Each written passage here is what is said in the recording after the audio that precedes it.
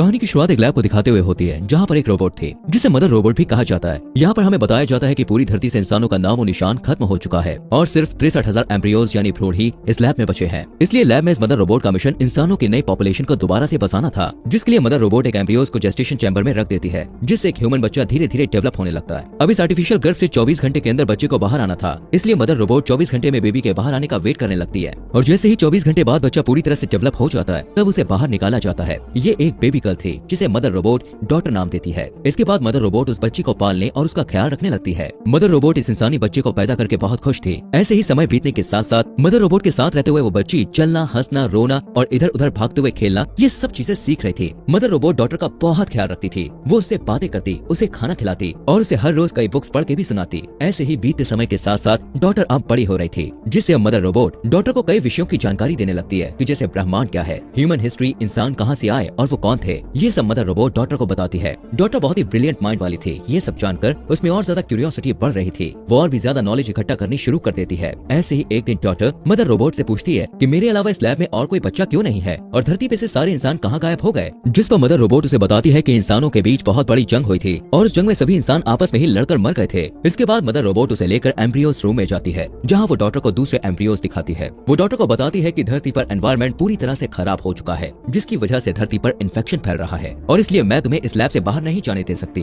क्योंकि इससे तुम्हारी जान भी जा सकती है। जब डॉटर थोड़ी और बड़ी हो जाती है तो मदर रोबोट उसे बताती है कि मैंने तुम्हें कैसे पैदा किया था। वो उसे उन मशीनों को भी दिखाती है जिनसे उसे पैदा किया गया था। मदर रोबोट डॉटर को कहती है कि तुम्हें इन सारी मशीनों के बारे में जानना होगा और एक अच्छी मदर बनने के लिए प्रैक्टिस करनी होगी, क्योंकि आगे चल के तुम्हें ही आने वाली नई पॉपुलेशन को संभालना है। इसी तरह इन दोनों में ऐसी बातें चलती रहती है। मदर डॉटर को कभी भी ऐसा फील नहीं होने देती कि इस लैब से बाहर भी कोई दुनिया है। ऐसे ही कई साल गुजर जाते हैं और अब डॉटर अपने टीनेज में पहुंच चुकी थी। वो 18 साल की हो चुकी थी, लेकिन अब वो इस लैब से बाहर की दुनिया देखना चाहती थी कि बाहर क्या है। डॉटर हमेशा सुबह उठकर ब्रेकफास्ट करते हुए अपने टैबलेट पर वीडियोस देखा करती थी। एक दिन मदर रोबोट के हाथ में कुछ प्रॉब्लम हो जाती है, जिसके लिए वो डॉटर के पास जाती है और डॉटर मदर रोबोट के हाथ को ठीक कर देती है। यहाँ पर मदर रोबोट देखती है कि उसने एक परफेक्ट ह्यूमन बीइंग को क्रिएट किया है। डॉटर काफी हेल्दी थी और हमेशा दूसरों की मदद करती थी। ऐसे ही समय बीतता जाता है। एक दिन डॉटर को नींद नहीं आ रही थी, इसलिए वो कुछ वीडियोस देखने लगती है। वही मदर रोबोट खुद को रिचार्ज कर रही थी कि तभी अचानक एक इंसिडेंट होता है और इलेक्ट्रिसिटी चली जाती है। डॉटर मदर रोबोट को ढूंढने जाती है और देखती है मदर रोबोट की पावर भी खत्म हो गई है। इस वजह से डॉटर इलेक्ट्रिसिटी को ठीक करने के लिए जैसे ही कंट्रोल रूम में जाती है तो वहाँ वो देखती है कि एक चूहे ने लाइट की तारों को काट दिया है, जिससे लाइट चली गई थी। चूहे को देखकर डॉटर काफी ज्यादा हैरान और खुश होती है, क्योंकि इससे पहले उसने ऐसा कुछ भी नहीं देखा था। वो उसे पकड़कर एक बोतल में बंद करके कटी हुई वायर को ठीक करती है और जब इलेक्ट्रिसिटी आती है तब डॉटर उस चूहे को देखने लग जाती है। वही मदर रोबोट पूरी तरह रिचार्ज हो जाती है।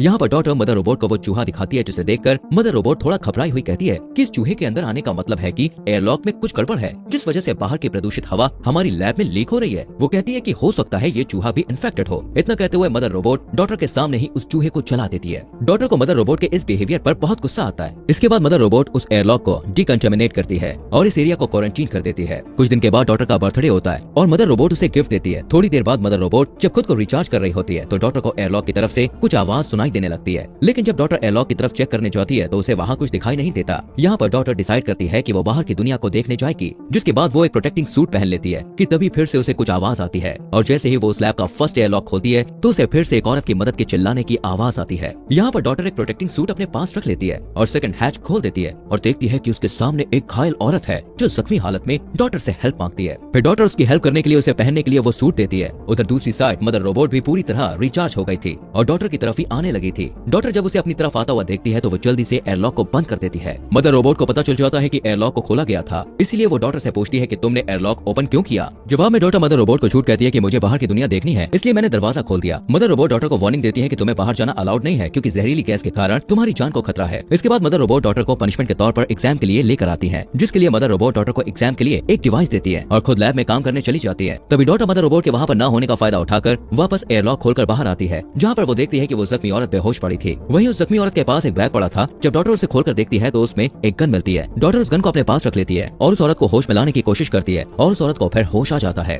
यहाँ पर डॉटर ये सोचने लगती है कि मदर रोबोट ने मुझे बताया था कि इन्फेक्शन की वजह से धरती पर सारे इंसान खत्म हो चुके हैं, इसलिए डॉटर उस औरत को देखकर बहुत ज्यादा हैरान होती है और बाहें फैलाए हुए इन्फेक्शन का कोई भी असर उस औरत पर दिखाई भी नहीं दे रहा था। डॉटर उस जख्मी औरत को लेकर लैब में जाती है और उसे वहाँ पे छुपा देती है और उसके लिए मेडिसिन लेने चली जाती है। मेडिसिन ढूंढते वक्त डॉटर को थोड़ी चोट लग गई थी, लेकिन तभी वो मदर रोबोट को उस रूम के बाहर से गुजरता हुआ देखकर छुप जाती है। वहीं वो औरत लैब में मदर रोबोट को देखकर घबरा जाती है। वो जल्दी से डॉटर को उसकी गन देने को कहती है। अब डरी हुई डॉटर उसे उसकी गन वापस दे देती है। उस औरत की हरकतें देखकर डॉटर और भी ज्यादा घबरा गई थी। वही मदर रोबोट वापस एग्जाम रूम में जाती है और डॉटर को वहाँ ना पाकर उसे ढूंढते हुए डॉटर और उस औरत को एक साथ देख लेती है। तभी मदर रोबोट को देखकर वो औरत मदर के ऊपर गोलियां चलाना शुरू कर देती है, जिनके बाद मदर रोबोट पर कोई भी असर नहीं होता। मदर रोबोट उसे पकड़कर काफी टॉर्चर करने लगती है, लेकिन ये देखकर डॉटर मदर रोबोट को उसे मारने से रोक लेती है। टॉर्चर की वजह से उस औरत को काफी चोट पहुंची थी, इसलिए डॉटर मदर को उसकी हेल्प करने के लिए कहती है। डॉटर की बात मानकर मदर रोबोट उस औरत को छोड़ देती है और उसका ट्रीटमेंट करने के लिए उसे वहाँ से मेडिकल रूम ले जाती है। मदर रोबोट डॉटर को रूम के बाहर वेट करने को कहती है। अब यहाँ पर मदर उस औरत को ठीक करने के लिए उसे पेनिसिलिन का इंजेक्शन देने के लिए आगे बढ़ती है, पर वो औरत पेनिसिलिन इंजेक्शन लेने से मना कर देती है, जिससे मदर रोबोट वहाँ से जाने लगती है। तभी डॉटर मदर रोबोट से पूछती है कि आपने मुझे झूठ क्यों बोला कि बाहरी दुनिया में इंसान खत्म हो चुके हैं। मदर उसे बताती है कि मुझे भी कुछ समझ में नहीं आ रहा है कि बाहर दुनिया में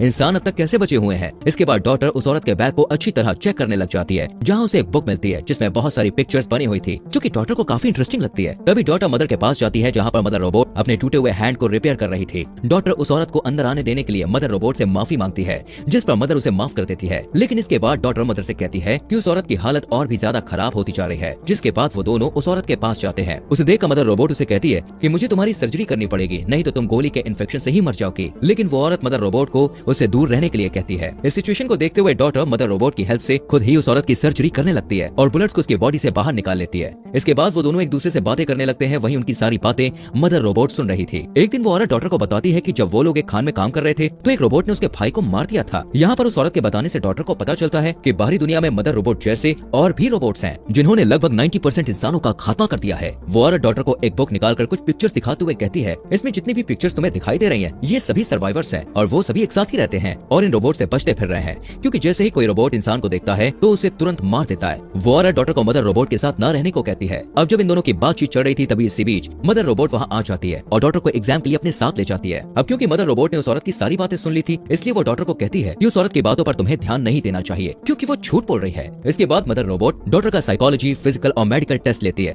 जिसमें डॉटर काफी अच्छा स्कोर करती है। इसके लिए मदर रोबोट उसे रिवॉर्ड देने के लिए एम्ब्रियोज रूम में ले जाती है और उसे कहती है कि इन एम्ब्रियोज में से किसी एक एम्ब्रियो को सेलेक्ट कर लो। अब डॉटर को शुरू से ही अपना एक भाई चाहिए था, इसलिए वो एक मेल एम्ब्रियो को चुनती है। रात में जब मदर रोबोट रिचार्ज हो रही थी तब डॉटर मदर रोबोट के ब्रो के नाम की हेल्प से उस कैबिनेट को ओपन करती है जहाँ बुलेट्स रखी हुई थी। यहाँ पर डॉटर को पता चलता है कि मदर रोबोट उससे झूठ बोल रही है, क्योंकि मदर रोबोट ने डॉटर से पहले 3 और एम्ब्रियो से जो बच्चे पैदा किए थे वो बच्चे भी पूरी तरह से डेवलप हो चुके थे। और जैसे ही वो बच्चे बड़े हुए तो मदर रोबोट ने उनका टेस्ट लिया था, जिसमें उन बच्चों ने अच्छा स्कोर नहीं किया, जिसके लिए मदर रोबोट ने उन बच्चों को शूट करके मार डाला था। थोड़ी छानबीन करने पर डॉटर को वहाँ उन बच्चों की हड्डियां भी मिलती है। ये देखकर डॉटर मदर रोबोट से काफी ज्यादा निराश हो जाती है। वो पूरी तरह से अंदर से टूट चुकी थी और वहीं बैठकर रोने लगती है। वो सोचती है कि जिस मदर रोबोट ने उसका ख्याल रखा उसके लिए इंसानों की कोई वैल्यू ही नहीं है। डॉटर रोते हुए वापस उस औरत के पास जाती है और वो औरत उसे अपने साथ चलने को कहती है, लेकिन डॉटर उसके साथ जाने से मना कर देती है। डॉटर कहती है कि उसने भाई के तौर पर जिस एम्ब्रियो को चुना है वो कल बाहर आने वाला है और वो उसे छोड़कर नहीं जाना चाहती है। वो कहती है कि जब वो चैम्बर से बाहर आ जाएगा तब वो लोग उसे भी अपने साथ ले जाएंगे और बाकी एम्ब्रियोज को बचाने के लिए वापस लैब में जाएंगे। वहीं मदर रोबोट को उनकी सारी बातों का पता चल गया था। अगले दिन जब डॉटर बाहर जाने से पहले खाने पीने और जरूरी सामान को इकट्ठा कर रही होती है तभी मदर रोबोट उससे पूछती है कि ये तुम क्या कर रही हो, जिस पर डॉटर मदर रोबोट से झूठ बोलती है कि वो सारी चीजों को अपने भाई के साथ टाइम स्पेंड करने के लिए इकट्ठा कर रही है। लेकिन मदर रोबोट डॉटर को किचन में ले जाती है और उसे अगले खाने के फॉर्मूला को मिक्स करना सिखाने लगती है कि तभी वो डॉटर से कहती है कि तुम एक अच्छी बहन बन सकती हो। जिसके बाद वो किचन से बाहर आकर डॉटर को किचन में ही लॉक करके उस औरत के पास जाकर उसे कहती है कि मुझे तुम्हारी और डॉटर की सारी प्लानिंग के बारे में कल ही पता चल गया था। इतना कहते हुए वो उस औरत को काफी ज्यादा टॉर्चर करने लगती है। वहीं इसी दौरान डॉटर लिक्विड नाइट्रोजन की मदद से उस रूम के ग्लास को तोड़कर बाहर निकल जाती है। दूसरी तरफ वो औरत मौका देखकर अपने वेपन से मदर रोबोट पर अटैक करती है, पर मदर रोबोट को उससे कुछ भी नहीं होता और वो उसे मारने ही वाली थी कि तभी डॉटर फायर अलार्म को एक्टिवेट कर देती है, जिससे मदर रोबोट डिस्ट्रैक्ट हो गई थी और वो उस औरत को छोड़कर फायर का पता लगाने के लिए चली जाती है। वहीं वो औरत और डॉटर एक साथ मेन डोर की तरफ भागने लगती है, लेकिन तभी वहाँ मदर रोबोट आ जाती है, जिससे वो औरत मदर रोबोट को कहती है कि मेन डोर खोल दो वरना मैं डॉटर को मार दूंगी। यहाँ पर मदर रोबोट डॉटर को बचाने के लिए डोर ओपन कर देती है। अब वो औरत डॉटर के साथ बाहर निकल जाती है। बाहर की दुनिया पूरी तरह से बर्बाद हो चुकी थी। वहाँ इंसान, पेड़ पौधे और जानवरों का नामो निशान नहीं था। यहाँ तक कि जमीन भी पूरी तरह से बंजर हो चुकी थी। किसी तरह डॉटर और वो औरत वहाँ से भाग जाते हैं। भागते हुए डॉटर देखती है कि कुछ रोबोट्स वापस से दुनिया को बेहतर बनाने की कोशिश कर रहे हैं। कुछ टाइम बाद वो औरत डॉटर को लेकर एक कंटेनर पर पहुंचती है, जहाँ डॉटर पहली बार ओशन को देखकर बहुत खुश थी, लेकिन वो हैरान थी कि बाकी के सर्वाइवर्स कहाँ हैं। जब वो उस औरत से ये सवाल पूछती है तब वो औरत बोलती है कि वो लोग काफी साल पहले माइंस में रहा करते थे, पर खाना न मिलने की वजह से बाकी सर्वाइवर मर गए, जिससे वो रोबोट से बचने के लिए इस कंटेनर में रहकर ही जिंदगी जीने लगी थी। वो डॉटर को बताती है कि अब पूरी दुनिया में में कोई भी सर्वाइवर नहीं बचा है और वो दोनों ही आखिरी दो इंसान है। ये बात सुनकर डॉक्टर काफी हैरान परेशान हो जाती है और रोने लगती है और कहती है कि तुमने मुझसे कितना बड़ा झूठ बोला। तभी वो उस औरत से कहती है कि मुझे अपने भाई को बचाना है और वो वापस लैब की तरफ जाने लगती है। जब वो लैब तक पहुंच जाती है तो वो देखती है कि लैब के आगे बहुत सारे रोबोट्स खड़े होकर लैब को सिक्योर कर रहे हैं। वो रोबोट्स डॉक्टर को स्कैन करके उसे लैब के अंदर जाने की इजाजत दे देते हैं। यहाँ पर डॉक्टर काफी ज्यादा घबराई हुई थी, इसलिए वो एक कुल्हाड़ी उठा लेती है और अंदर जाने लगती है। अंदर जाकर वो देखती है कि मदर रोबोट एक न्यूबॉर्न बेबी की देखभाल कर रही है। जब मदर रोबोट डॉक्टर को देखती है तब डॉक्टर कहती है कि उसे अपने भाई को पास से देखना है। इस पर मदर रोबोट उसे कुल्हाड़ी छोड़ने के लिए कहती है। तभी मदर रोबोट डॉक्टर को सारी सच्चाई बताने लगती है कि मैं एक आर्टिफिशियल इंटेलिजेंस रोबोट हूँ और मैं ही बाहर की दुनिया के सारे रोबोट्स को कंट्रोल करती हूँ और धरती के सभी इंसानों को खत्म करने का प्लान मेरा ही था। फिर मदर रोबोट डॉक्टर से कहती है कि मुझे डर था कि इंसान आगे चलकर खुद तो एक दूसरे से लड़कर खत्म होंगे ही, साथ ही साथ वो इस प्लेनेट को भी बर्बाद कर देंगे, इसलिए मैंने इंसानों को खत्म करने का प्लान बनाया। जिसके बाद रोबोट्स ने इंसानों का खात्मा कर दिया। वो बताती है कि लेकिन मैं इंसानों को सेकंड चांस देना चाहती थी, इसलिए मैंने कुछ ह्यूमन एम्ब्रियोस को सेव कर लिया था ताकि उनकी मदद से मैं इंसानों की एक नई जनरेशन को दोबारा से खड़ी कर पाऊं और वो ह्यूमंस एक दूसरे के साथ प्यार से रहें और अपने प्लांट का भी ख्याल रखें। तभी डॉक्टर कुल्हाड़ी को नीचे रख देती है और अपने भाई को गोद में उठा लेती है। इसके बाद डॉक्टर मदर रोबोट से पहले के 3 बच्चों को मारने का कारण पूछती है, जिस पर मदर रोबोट उसे कहती है कि तुमने इस बच्चे को बहुत टाइट पकड़ा है। तभी डॉक्टर वहाँ से भागने लगती है। मदर रोबोट उसके पीछे जाती है और डोर में फंस जाती है।